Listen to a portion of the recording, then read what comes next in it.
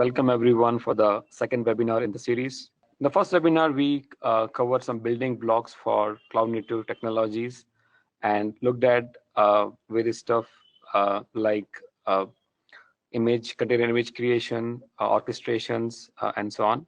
In this webinar, we are going to focus on package management with Kubernetes with Helm.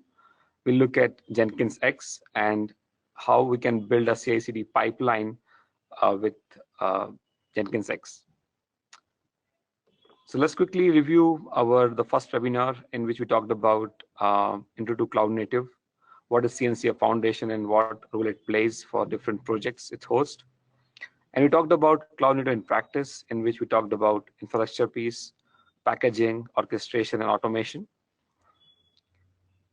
For packaging, we covered the different ways to package in images, like with the tools like Dockerfile, Canico. With orchestration, we saw Kubernetes, and automation, we kind of talked about infra automation with Terraform. And we also shared the script using which we can deploy the Kubernetes cluster on DigitalOcean.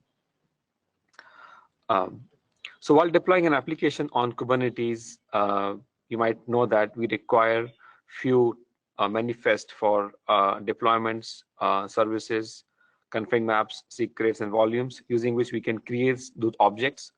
For example, with deployment object, we can deploy application pods. With services, we expose them both internally and externally. With config maps, we can decouple the configuration of the application from the application, And the secrets, we can share the credentials for the application in a secret way.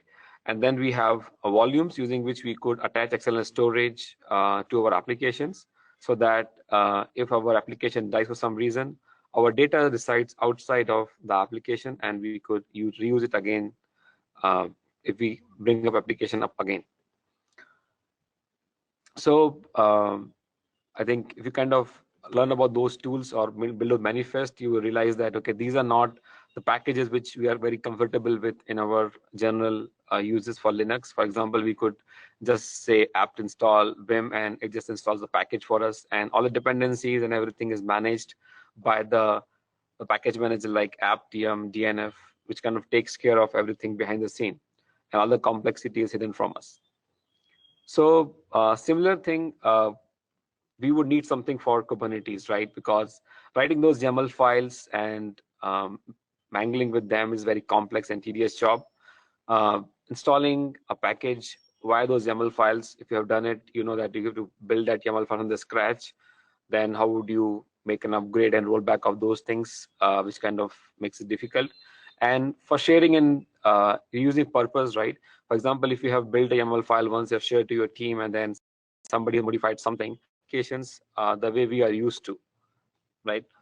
So for that purpose, we have now a tool called Helm, which kind of refers as a package manager for Kubernetes, which can hide all the complexity from us. It kind of just say, let's say Helm install a package name and a package get installed with some default configuration. Of course, you can change them. We could easily upgrade the packages, and we can roll back with the Helm package. For sharing purpose, we could have a similar repository kind of concept here. So we could host these packages into some central location from where our teams or our customer can download and reuse. So that's what Helm can do it for us. So let's look at some of the terminologies for the Helm before we kind of start looking into the demo of that. In Helm, we refer chart as a package. So we are used to a word called package, which we refer in Kubernetes in Helm terms of chart. And in chart, we can find few files. I'll talk about them in a minute. And once we deploy the chart, we create a release. So once you kind of have an application, you deploy it, that becomes a release. And Helm repository is the place where we store and share the charts. So let's go back and let's go and look at some of the sample chart there. So here is the Helm or Git repository in which we can find some charts here.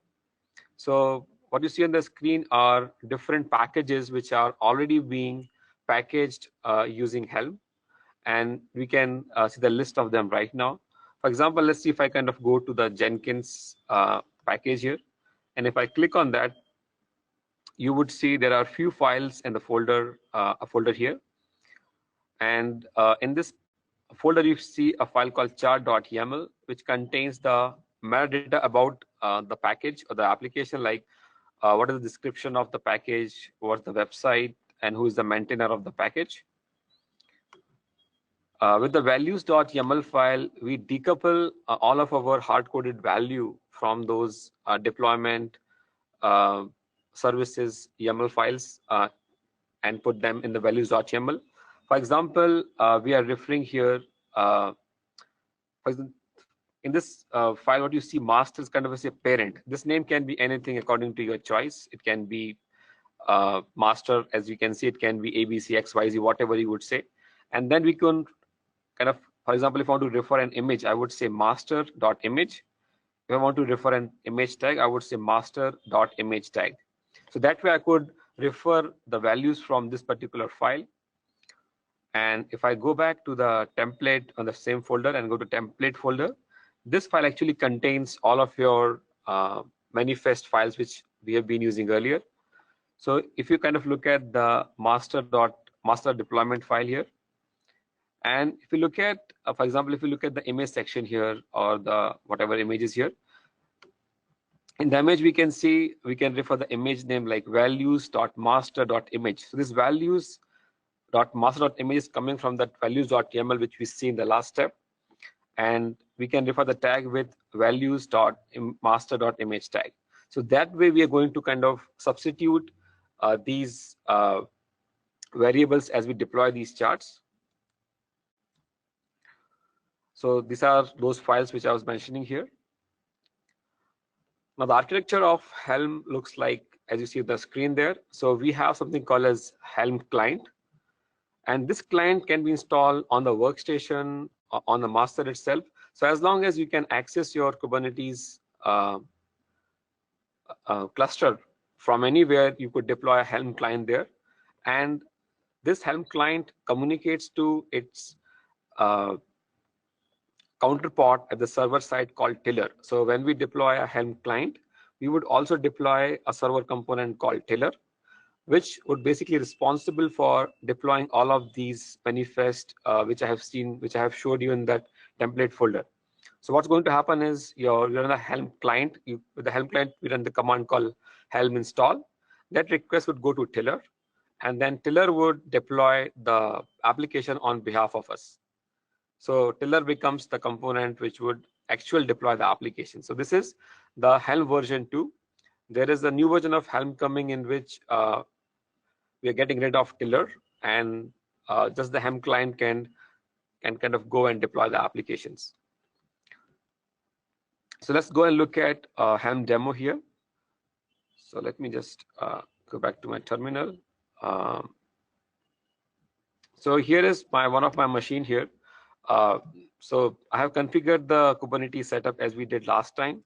So basically, if I do get nodes here, you would see that I'm able to communicate with one of my master. I have a 2-node cluster, and I could communicate with my master and the worker from my client, which has the Kubernetes configuration file, using which I'm talking to my Kubernetes master. Okay, so and we also have a Git repository, as we did for last time, which contains the content for our webinar. So we'll have a content for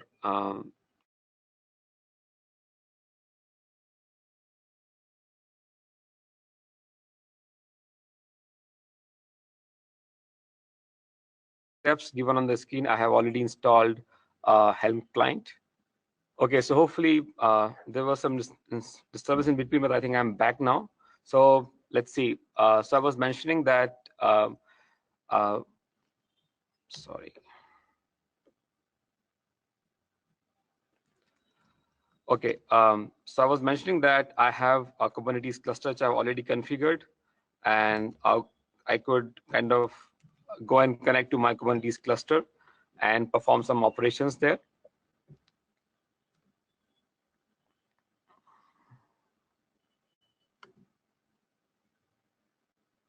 Okay, so yeah, let's go back. Yeah, so we need to first install, as I'm mentioning, we have to have a Helm client. So with the command shown on the screen, we are going to install the Helm client. And then what we need is a tiller component, which I mentioned earlier. So tiller component should have access to the Kubernetes cluster such that it can perform operations on behalf of us. So we are going to create a service account and the cluster role so that tiller can perform the operations on behalf of us. So that I have already done. And then I have initialized the Helm as well with the command I showed on the screen. So with that, my Helm client can now talk to the tiller component, which is deployed, or the Helm is going to deploy a tiller component with the tiller service account so that it can perform the operations on behalf of us. Right?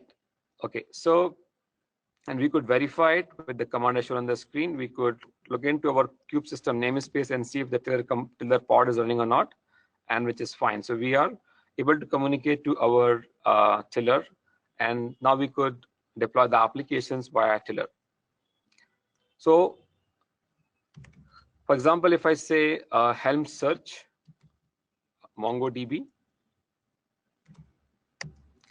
now what's going to happen here is Helm has by default a repository called stable, which points to a location from which we're getting this result back. So if I search any of the packages, if it is available, it will be shown here. And then I could run, for example, Helm install and the package name, and using which I could deploy a package on my cluster. But let's not do that right now. I'm going to create our own package and then deploy it. So I'm going to use a command called Helm create demo. This demo can be any name. And now in my current folder, I would find a folder called demo here, which has been created from the command which we did in the last step. Now let's get inside of that demo folder. And in that folder, we would see the similar hierarchy as we saw in the Jenkins chart on the web browser. So here, our chart.yaml file would contain the information about our packages, like metadata about the package, for example, just a description here, the package version, and so on. The values.yaml file would contain the values which we saw, for example, the replica count, the image which is going to be used while deploying the application. Like in this case, we are going to use Nginx with the stable tag, and so on. And in the templates folder, we would have our manifest, for example, the deployment manifest, which would say how we're going to deploy the application, which is going to refer the image from the values which we saw. So let's go ahead and deploy this particular package, or this particular chart here. So I'm going to go back to a folder which I have done. Now I would say Helm install. I can give a name for my release called web, and I need to give a reference folder here called demo. So now Helm is going to look at my demo folder and then send the request to the tiller. Tiller is going to deploy the component or the objects into Kubernetes cluster. So as we can see, we got a deployment created called web demo, and we got a pod also created because the replica count was 1, and a service name web demo. So if I do kubectl get pods, you would see a pod is being deployed. I can do Helm list. This would list our Helm release. So we have a release called web with the revision number 1. So this way we have deployed a package using Helm. Now let's see if I want to upgrade this package, and we want to change the image and the replica count for our release, what we have done. So I could again go back and refer the same demo folder and refer the values.yaml file. And I'm going to change the replica count from 1 to 3. And then I'm going to change the image tag from stable to, let's say, alpine. Now I could upgrade with respect to the new values. So I could say Helm upgrade the release call web, and please refer the demo folder in which we have updated values file to upgrade the package or upgrade the release. So as I run this command, now you would see that it's going to create the 3 new pods, and it would going to, for each pod, going to use the new image which we have given here. So our older pod which we had is going to get removed, and the new pods would come in. So if I do kubectl get pods, you would now see we are running the 3 new pods, and they would have the new image which we have used to run the containers in that pod, which would be Nginx Alpine. Now if I do Helm history, and I should give a release name as well, so Helm history web, our release. And as you would see that we now have 2 revisions for our release, revision 1 and revision 2. Revision was for the first install, and we did upgrade. Now similarly, I could do a rollback now. So I could say Helm rollback release call web, and I want to go to revision number 1 back.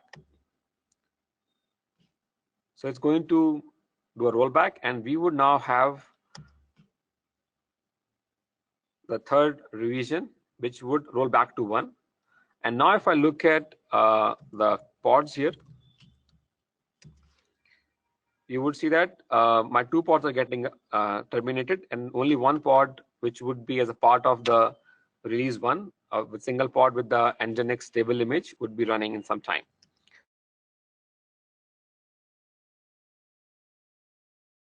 Here, so to remove a release, we could say Helm delete and a release name called web. So this is going to release or delete our release. And now if I kind of go and look at the pods, it would be gone. But this delete command does not delete the history. So if I kind of go back and check the history of my release, it would still be there. Sorry. To remove it completely, I need to delete with the purge command, purge option. So I could say ham delete purge, and this would completely purge my release. Hopefully this makes sense. So similarly, we could install any packages from the repository you would have. We just need to say like this, helm install, for example, Jenkins. And with this command, we're going to install Jenkins in our Kubernetes cluster. Before I kind of move to the next topic, I want to talk about one more thing. For example, if I look at a release called a chart called Artifactory. So what can happen is sometimes your primary application can depend on some other application. For example, there's a front end which depends on the back end. So like in this case, Artifactory depends on Postgres.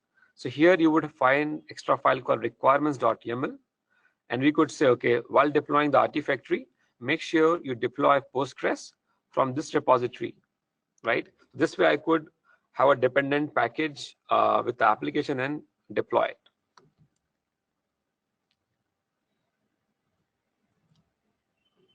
Okay, this was kind of a ham demo there. There is another software called Chart Museum. This is an open source chart repository in which we could go and store our charts, and then we could retrieve it back to deploy them on the environment. So just want to mention that Chart Museum, which we are going to use in Jenkins X. So in the last demo or in the last webinar, we also covered CI/CD overview. Like with CI or continuous integration, we regularly merge the working copy of our code with the mainline code and do the testing and so on for that particular code. With continuous deployment, we can deploy the application to production once it meets our criteria. For example, if all the test cases has been passed, It can take the load what we want, and so on. Once that has been kind of met, we deploy the application into the production or any other environment. So I think most of you would have used Jenkins tool for CI/CD automation. It's a very popular tool, and it basically have lots of plugins using which you can extend Jenkins to do a lot of operations for integration and deployment. And Jenkins used to have, or still have, the tools or plugins for example, Docker and Kubernetes, using which you could run the test cases and deploy them with Docker and Kubernetes. Those are plugins which you can get with Jenkins. You might also heard about Jenkins pipeline, using which we could pipeline our build, test, and deploy. For example, here we could have a file called Jenkins file, in which we could have stages: build, test, and deploy. So in the build, for example, we could clone our source code. In test, we can run the test cases, and if they pass, we can do a deployment of that. And this Jenkins files becomes part of your source code. So what happens is, when you're writing your source code or putting in the GitHub repository, you also add a Jenkins files there, which has your pipeline. So when Jenkins go and look at the Jenkins file in your source code, it runs the pipeline as a part of CI/CD process once it kind of clones the repository and so on. So Jenkins is good. Yeah, so I'll come to Jenkins again in a minute. So now we have Jenkins as a tool, and it is plugin for Kubernetes for sure. But going to Kubernetes is not, I mean, path to Kubernetes is not very easy. You need to learn about containers. You need to learn about how to set up the Kubernetes environment, how you can deploy the containers with YAML files, Helm charts, how can you set up the dev staging environment with Kubernetes, and so on. This might be a difficult task for any developer in the beginning, maybe. For example, if you are a new, just a new one in the container ecosystem, and you want to use CI/CD for Kubernetes, or Kubernetes for CI/CD, it would be difficult for you to kind of learn these tools in a very quick time. So these kind of challenges you would face when you kind of move to Kubernetes for CI/CD. And keeping that in mind, a project called Jenkins X, kind of born from the Jenkins community, and it's a sub-project of Jenkins, and it kind of treats your Kubernetes as, or you can think of it, kind of makes a native CI/CD tools for Kubernetes, other than kind of going and writing a plugin for Jenkins. With Jenkins X, we are building a CI/CD tools natively for Kubernetes. So that's what happened. And if you recall, last time we talked about something called as custom resource definitions. So Jenkins X leverages that Kubernetes feature to put down some of its custom resources, so that it can perform those operations of the pipeline in an easier way. So we'll look at the CIDs once we deploy the Jenkins X environment in our setup. So Jenkins X can help us in different ways. For example, you can deploy a complete Kubernetes cluster by just the Jenkins X. So Jenkins X comes with a JX command line tool. So for example, I can say JX create cluster on cloud provider. So it can go to the cloud provider and go and deploy the Kubernetes for you. Or it can plug into your already running Kubernetes cluster, and you can run the CI/CD pipeline there. Also, Jenkins X sets up all of the tooling. For example, your Helm repository, Helm charts, Docker registry, and so on automatically for you. It also builds different dev staging and production environments, so that we can quickly move to different environments as we kind of promote our codes.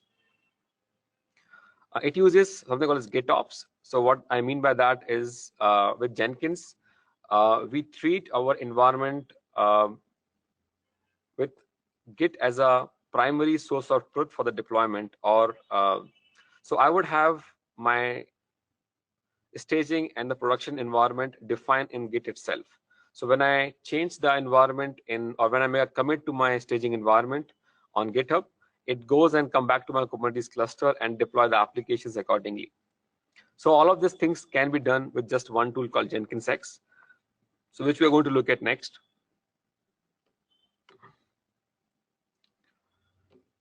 So JenkinsX, as I mentioned, it can it can create a new cluster, or it can fit into your existing cluster. It can have pipelines, it can set different environments, promotions, and so on. It can also have a preview environments. For example, whenever somebody sends a pull request, you can say JenkinsX, create me a preview environment so that I can check out how does that particular pull request looks like for my application and so on. It also bundles some additional applications. For example, Chart Museum we have seen. There is other application like Monocular, which is a UI for your charts.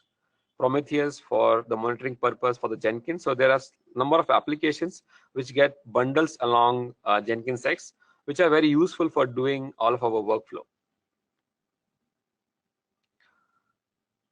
So we're going to set up JenkinsX on DigitalOcean using Minikube. So for that purpose, we are going to use 16 GB VM with Ubuntu 16.04, and we'll deploy Docker, Minikube, and few other packages on that. And then we'll download the JX binary.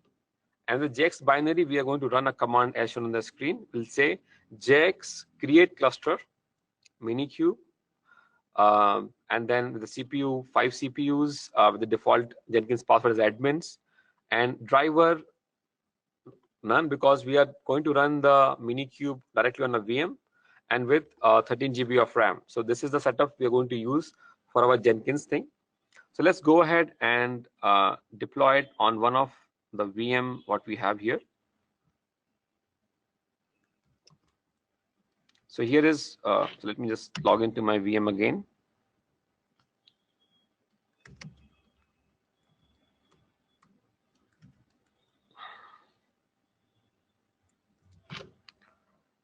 So we'll follow the steps from the Git repository, which was kind of built for this webinar.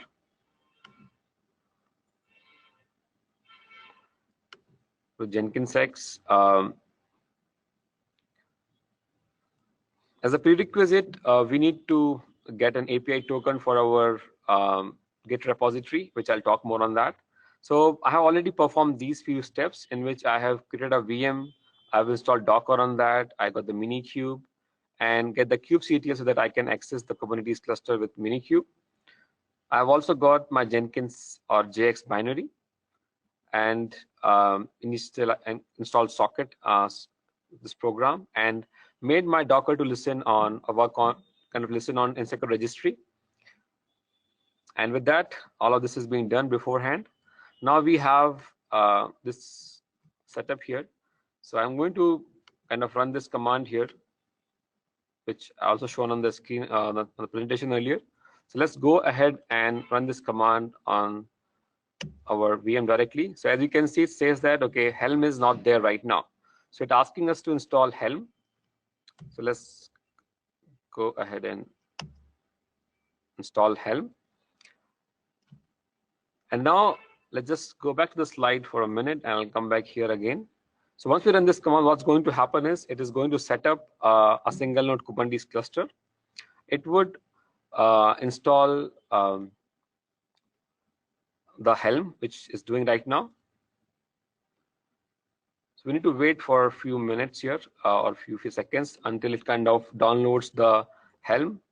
And then it will also download the Minikube binary. So let's just wait for a few seconds here. Yeah, it's kind of getting the Minikube. It's got a binary, it's creating the Minikube cluster.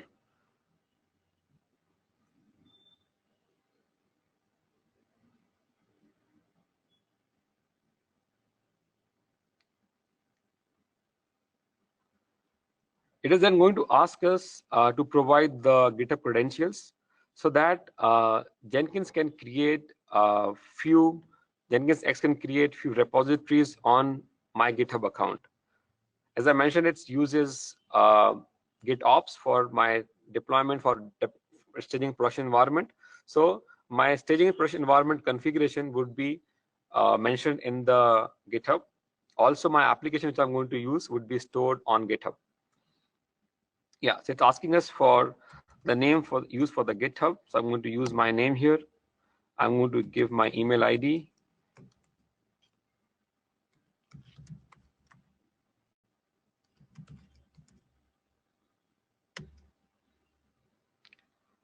And now it's creating a tiller. As I mentioned earlier, Helm is going to create a tiller component to deploy the Helm charts. That's what's happening right now.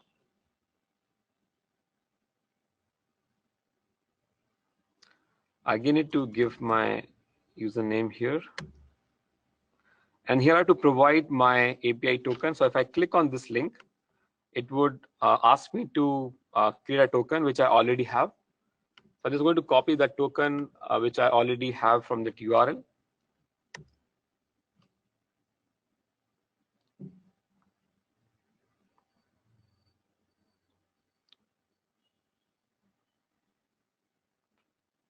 So it's now installing the Jenkins X platform using the Helm itself. So now it's using Helm to deploy the entire Jenkins X environment.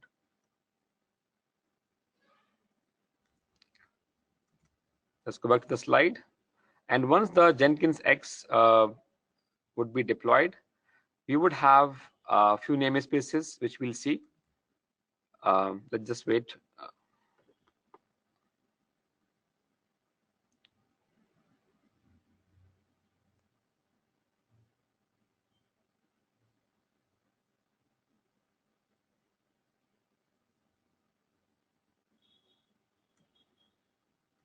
Okay, so let's go back. Let's go further, and by the time our installation gets over, go to the next slide. We talked about few add-ons here. So these add-ons are also going to get installed into our environment. For example, Jenkins. So Jenkins X would have add-on called Jenkins for doing the CI/CD automation. We'll have Docker registry, Chart Museum, Monocular. These all would be installed as the add-ons. And once we finish, this is how the setup is going to look like. So in this setup, what we'll see here is our Kubernetes cluster, in which we are going to create few namespaces here. So one namespace is called JX namespace, in which we'll deploy all of the application which I mentioned earlier, Jenkins, Chart Museum, Docker registry. Then we'll have two namespaces for our staging and production environment, which is created automatically by the Jenkins, called JX staging and JX production. And this would be linked to the GitHub repository. So when we deploy Jenkins, it is going to create two environments on my GitHub account, which I'll show you. And they would be linked directly to our namespace. So whenever I'm going to make a change onto my GitHub repository, a trigger is going to happen, and it would deploy the applications into my Jenkins staging or Jenkins production environment. And then we have a kubesystem namespace, which contains the tiller and then this controller. Let's go back and check if our setup is done. So saving some time there. Okay, so let's go back to the next slide and see if we can kind of cover some more stuff. So Jenkins X gives you some quick start, using which you can easily deploy some of the applications which Jenkins X can easily manage. For example, you can say Jenkins X create Android quick start. It would then create all the necessary skeleton using which you can use the Jenkins X, or you can import an existing source code repository. For example, if you have a source code repository which you want to use with Jenkins X, so you can just do a clone and then you can use that. Okay, so it's asking us to go to the one of the URL here and get the API token for this Jenkins. Let's just go back. Let's go to the browser and hit the URL what is giving us. This would be a Jenkins environment in which we could log in as admin. So as you could see, it kind of gave us that admin user here as we finish the installation. So let's go back and put the admin here. This will log into a Jenkins environment, and then we can get the API token. This API token is for Jenkins. So if I come back and put the API token here, this would then finish up the setup instructions for our Jenkins X. And as we can see, as I mentioned, that there would be 2 repositories for my staging and production environment. So that's what's happening into my GitHub account. If I go and log into my GitHub account, you would find there is this repository which covers the staging environment for me. So this is the environment using which I'm going to deploy into my staging. This is not my application, remember, this is for my staging environment. Similarly, I would have into the production environment. So once I make any change into this environment, it will go and deploy the applications into my Kubernetes cluster into those namespaces, right? So if I kind of show you the kubectl get namespace, you would see I have a Jenkins X, JX production, JX staging environment. And then, yeah, this is good. So let's go ahead and then import an existing repository, existing code what we have. Quickly, let me talk about the application which we're going to deploy into our Jenkins, and we're going to manage the staging and production by Jenkins X. So here is a sample application which we're going to consume here. So this application is called RSVP app.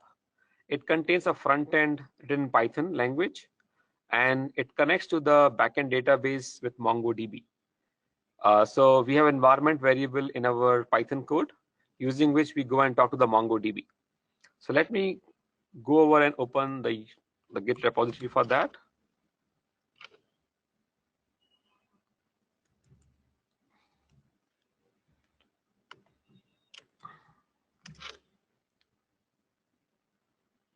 Okay, so here we have the source code repository. If I look at the Python program here, it has some environment variable, that's fine, but it has this environment variable called MongoDB host, using which it talks to the MongoDB service, which would run in the background. So that's what I'm kind of trying to highlight in this particular example. Your traffic would hit to the Python application, which will talk to the MongoDB database, right? So let's just go back to our demo there. So I'm going to follow the steps as given in the Git repository. So I'm going to clone my source code there, and I'll go in the folder, and I'm going to remove the .git folder from here, so that I just have the source code and not the Git content there. So now we have a Docker file here, we have the source code and so on. Now what we'll do is we're going to do a JX import in the current folder. So let's just go here. So when I do a JX import, what's going to happen is Jenkins X would ask us to put this repository into my username. So remember, I cloned the repository from the Cloud Yuga user. When I did the clone, I did the Cloud Yuga GitHub user. But when I say JX import, it is going to ask me to deploy this application into my GitHub environment. It would create a new Jenkins project using which I could do CI/CD. And there's a tool called Draft, which would create some additional files into my current directory, using which I could manage my CI/CD or the entire chart stuff and so on. So what it do is the Draft will also look at your source code and figures out, okay, this source code is belong to Python application. So I would run the Python specific containers to do some of the CI/CD work there. So let's run a JX import command in the current folder. And once I finish the JX import command, you would see some additional files would come in the same folder. So I say, it asks me to create as encourage the username. I'll say yes, use that user. Would like to initialize Git? Yes. Commit message, the default one, I'll pick it up. And now what's happening is it is asking me to create the Git repository into my user account there. So I'll say like my Enquery user. I want to give my repository name. I'll keep it default as RSVP. I'll just say enter here. So it says it already exists. So let me give a different name here. For example, let's say RSVP app webinar. right? So it's going to create a new repository onto my GitHub account. So I could go and check it out. So if I kind of go to the this here and I go to Enquery and say RSVP app webinar. So as you can see, this repository has just came in right now, and I could see some additional files here. For example, there's a folder called chart here. There is a file called scaffold.yaml and so on. So these are some of the files which has come automatically via the JX import command, and we got these file in here. Now let's go and do a few changes in this current chart or the current details, current folder what we have here. Let me go back to the Git repository which I was referring earlier. So now the default values in the chart what we got the chart here via the default purpose here. So if I look at the current folder in the charts, I would have a chart called RSVP, and here I would have a values.yaml file. So the JX import command has already created a chart for me. So as you can see, as a developer, I don't need to worry about how the chart would be created, how I'm going to trigger the different sorry, I'll come to that point again. So let's just go and look at the chart.yaml file. And as you can see, it says about internal port to be 8080. But in our case, our application listens on port 5000. So I'll make a minor change here, make it to 5000, so that whenever application gets deployed, it can listen on port 5000.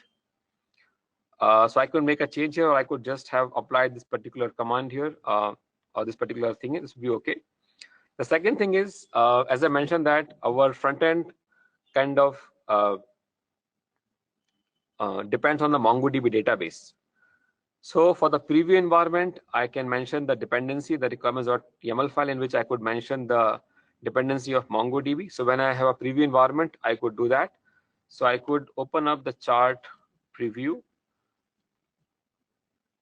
and here there's no file. So I'm going to say, yeah. So I'm going to go ahead and add an extra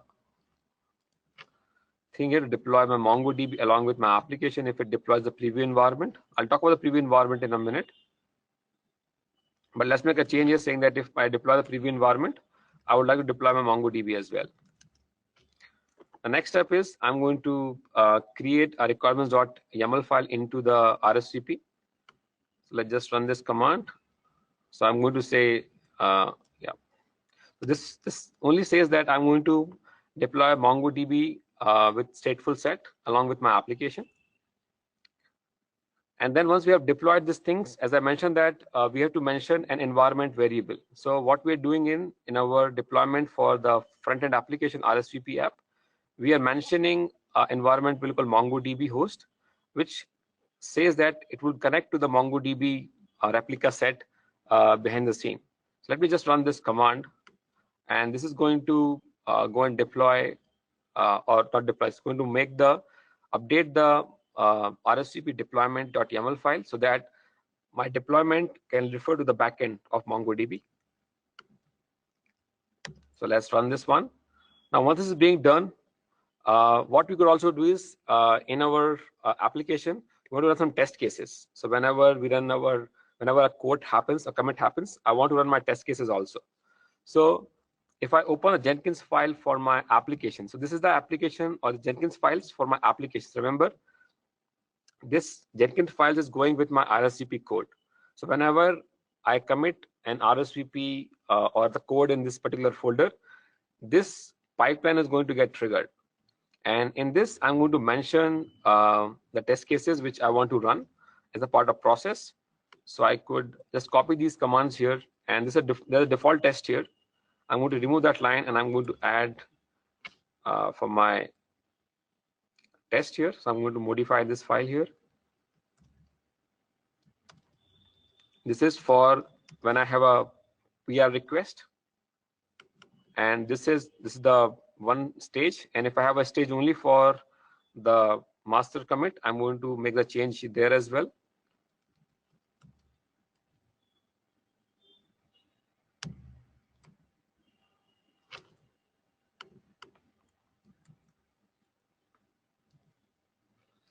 So with that, now my changes has been done for my application. So with the minor changes, I have now kind of make sure that my application get deployed with MongoDB and I can run my test cases. The next step is I'm going to commit my source code and push it to my Git repository there. So as soon as the Git kind of get triggered, you would see that my pipeline should get started. So let's go to the account, the Git Jenkins account here. Let's click on admin. And as you could see, as I did the push here, build has been triggered here, and there are different stages here. So now it's going to create a container. Jenkins is going to create a container of Python. It's going to get my source code and perform the test cases and so on. So let's go back to the slide and try to understand a bit more there. So this we have already seen. Okay, now what happened is once we have applications imported, we have got one more Git repository for the application. So we already saw we had a staging and the production environment, but we also got one for our application code, which we just did. Now here are two different ways by which a code can push.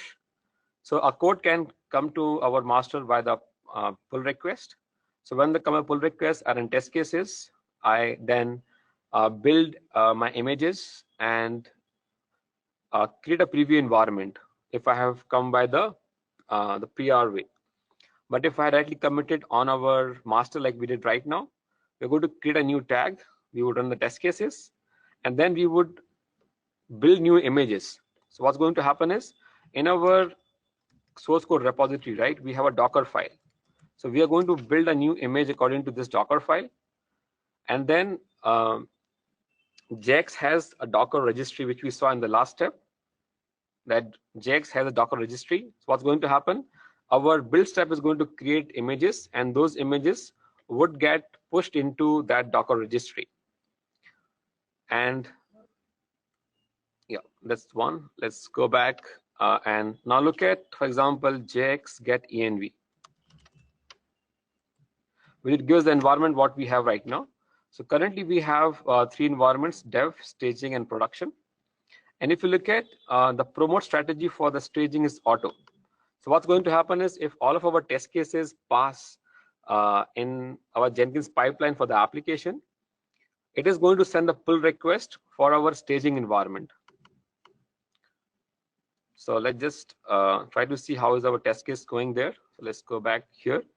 Oh, so there is seems to be a failure for some reason. I don't know. It seems some other okay. Test cases are failing for some reason. I don't know why. So let's just skip the test case for now. I don't know what's happening. So the demo gods are not there with us today. So let's just go back and update Jenkins files here.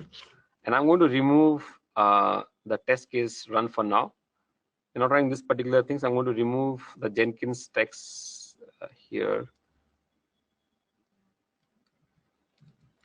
And then I'm going to commit it again, git add Jenkins file, commit, push. This push is going to create one more build now.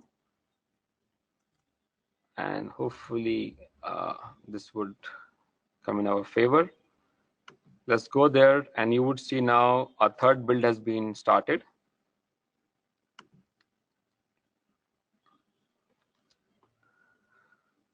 So hopefully this works.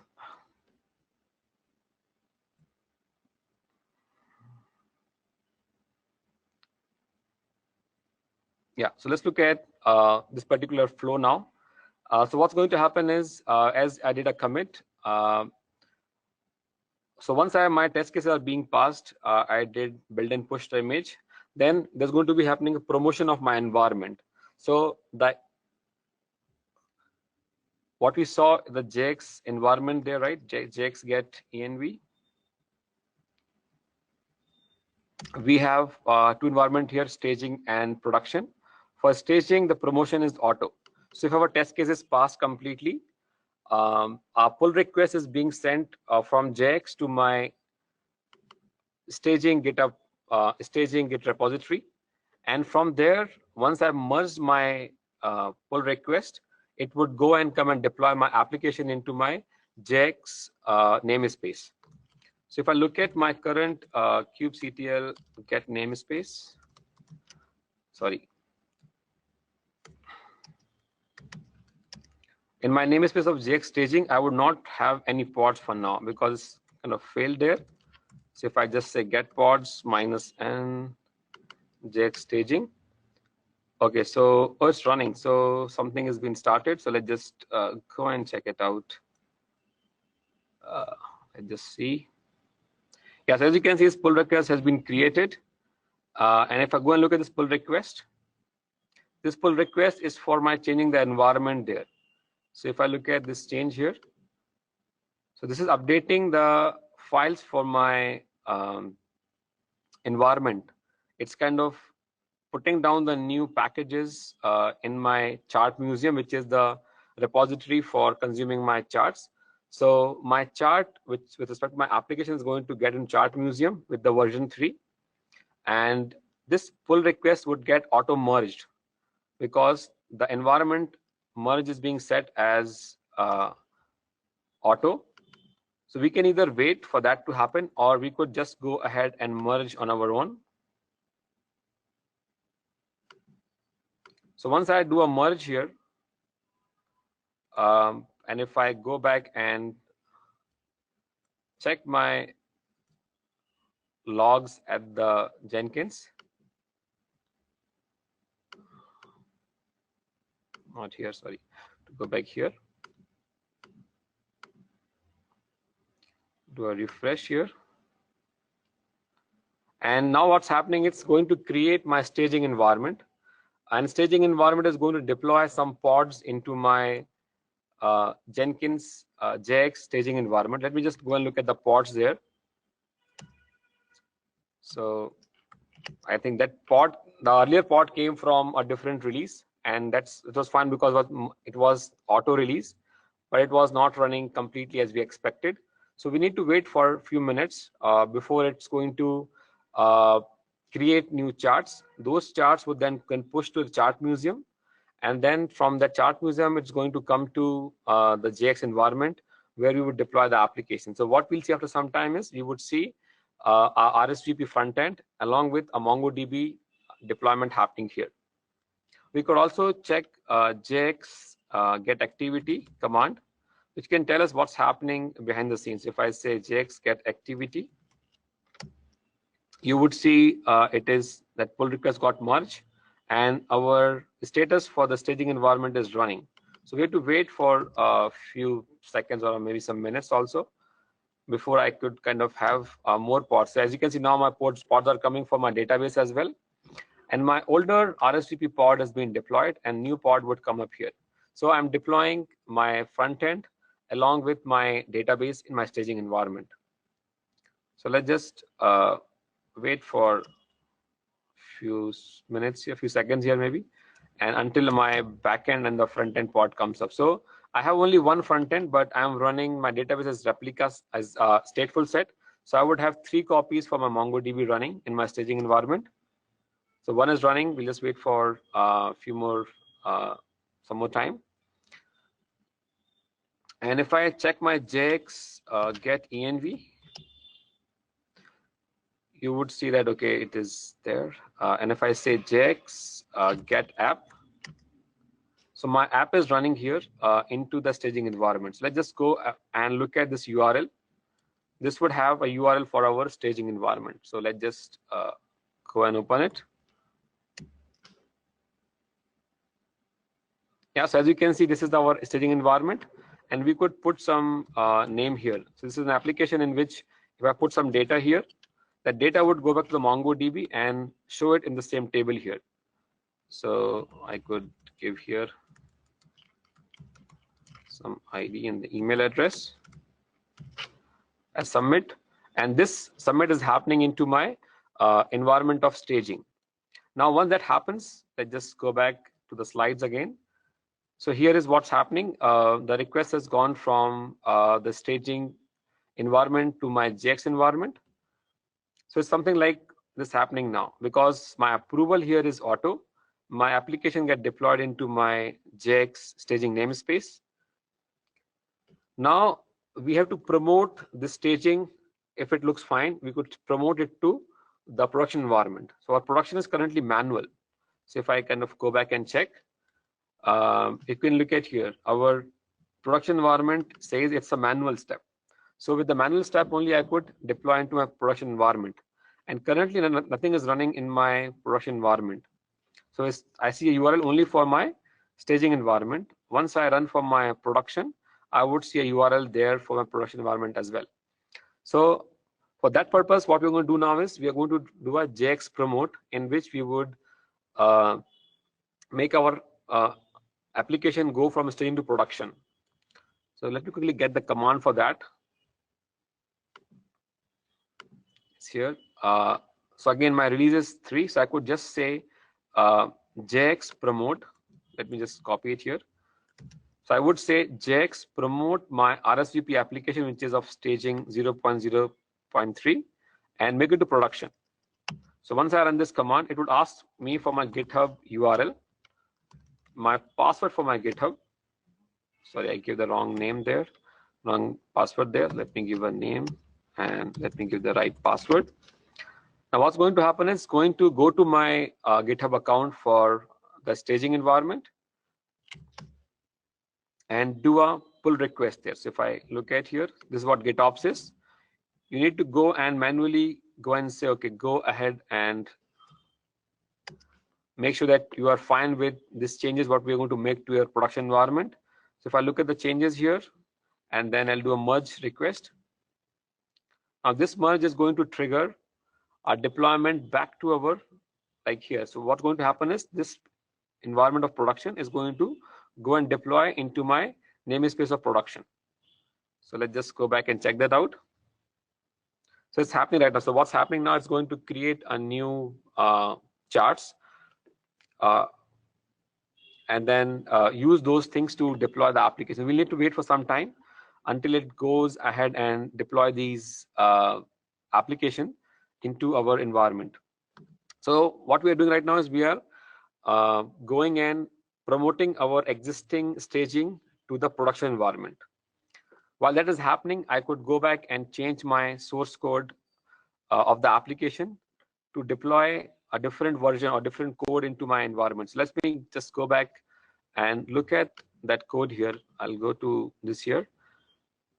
This is my application code, remember? So I'll go and make a change here. For example, if I go and templates, and I'll make a change here into my profile.html. So profile.html defines the behavior of this thing, like name and the email.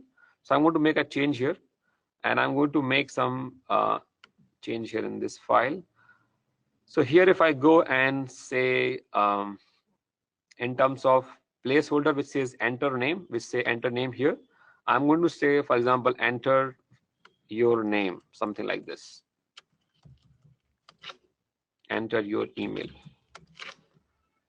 So once I commit this thing, now what's going to happen is my new staging is going to get triggered with this. Hopefully this commit is being done. Yeah, so this commit is being done. So in parallel, I'm doing my production as well as I'm running one more staging environment. Right? Let's see if our production is up and running or not for the older one.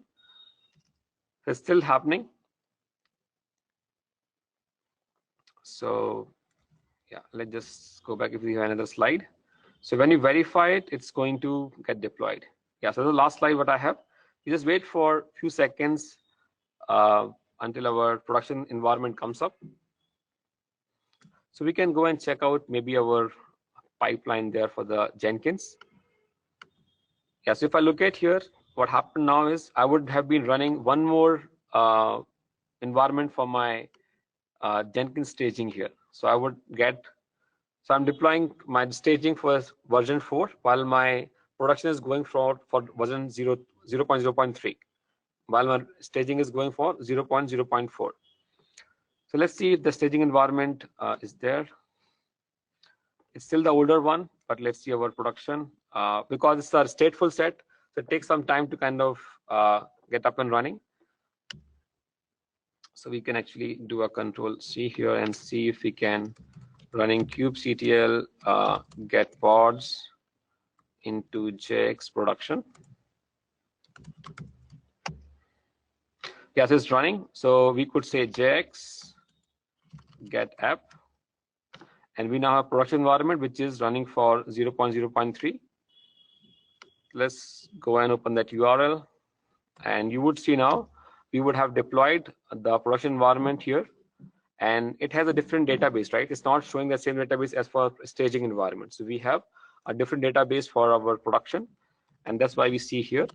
So if I say whatever production, so it's a long choice for the words here, but yeah, let's just say